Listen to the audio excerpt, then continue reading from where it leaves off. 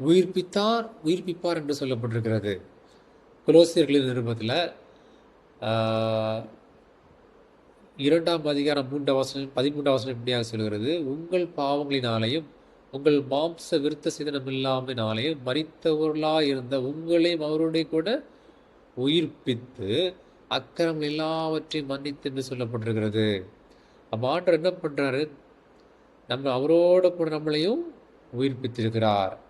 ஆனால் பாருங்கள், ரோமர் 8ஆம் அதிகாரம் 16ஆம் வசனம் இப்படியாக சொல்கிறது, அன்றியும் இயேசுவை மரித்தோரில் எழுப்பினவருடைய ஆவி உங்களில் வாசமாக இருந்தால் கிறிஸ்துவை மரித்தோரில் எழுப்பினவர் உங்களில் வாசமாக இருக்கிற தம்முடைய ஆவியினாலே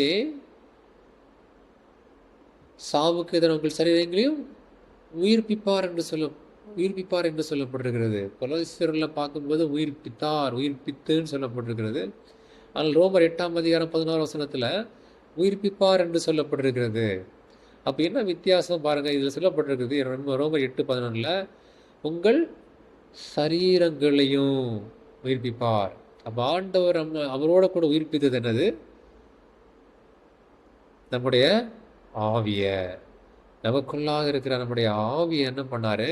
அவரோட கூட உயிர்ப்பித்தார். பிரியமானவர்களே, ஆவியை மாத்திரம் உயிர்ப்பித்தது மாத்திரமல்ல, நம்முடைய சரீரங்களை உயிர்ப்பிக்கும்படியாக இயேசு கிறிஸ்துவே உயிர்ப்பிக்கிற ஆவியா இருக்கிறார். அந்த ஆவி பாருங்க, இயேசு கிறிஸ்துவை மரித்தோர் எழுப்பினருடைய ஆவி நம்மளில வாசமாக இருந்தா, எப்படி கிறிஸ்துவை மரித்தோர் எழுப்பின அவர் நம்மளில் வாசம் இருக்கிற தம்முடைய ஆவியினால சாவுக்கு ஏதுவான நம்முடைய சரீரங்களையும் உயிர்ப்பிப்பார்.